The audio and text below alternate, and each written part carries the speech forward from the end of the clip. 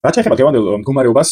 დღევანდელი ინდოეთის ხელისუფლება ნარენდრა მოდის მეთაურობით ცალსახად დგას ინდურ ნაციონალიზმზე, ამას შეიძლება უწოდოთ ინდური ჰიპერნაციონალიზმი, რომელიც გულისხმობს, რომ ინდოეთი არის მხოლოდ ინდოელების და რელიგიურად ინდუსების ქვეყანა და რომ განსხვავებული ეთნოსების და რელიგიური ჯგუფის წარმომადგენლების ადგილი ინდოეთში არ არის. განსაკუთრებულად ეს ინდური ჰიპერნაციონალიზმი არის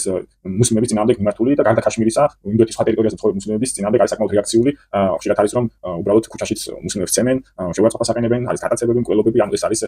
პრაქტიკულად შეიძლება ვთქვათ, რომ ინდოეთის ყოველდღიურობა იმ რეგიონებში, სადაც მუსლიმები ცხოვრობენ, თუმცა მუსლიმების გარდა ინდური ჰიპერნაციონალიზმი, ნარენდრა მოდის ჰიპერნაციონალიზმი აღწევს ასევე ქრისტიან ინდუსებს, რომლებიც ძირითადად ინდოეთის აღმოსავლეთ ნაწილში ცხოვრობენ. გამომდინარე იქიდან, რომ ნარენდრა მოდის ახალ ლეგიტიმაცია ცალსახად ეფუძნება აი ამ ინდურ ჰიპერნაციონალიზმს და ამითი ახერხებს იმას, რომ მისი პოლიტიკური ჯგუფი ამდენ ხანს არის ხელისუფლებაში და რეალურად შეიძლება ვთქვათ, რომ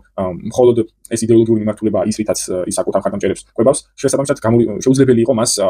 კაცრი რეაქცია არ მიეცა აი ახალგამის ტერორისტულ აქტზე და არ მოეხდინა გარკვეულწილად ესეთი რეაქციული ნაბიჯები. რა გამომდინარე იქიდან, რომ თავარი ეს მოწინააღმდეგე ინდურ ნაციონალიზმს არის ისლამი და ამ შემთხვევაში ისლამური სივრცე კონკრეტულად მის მეზობელი პაკისტანი.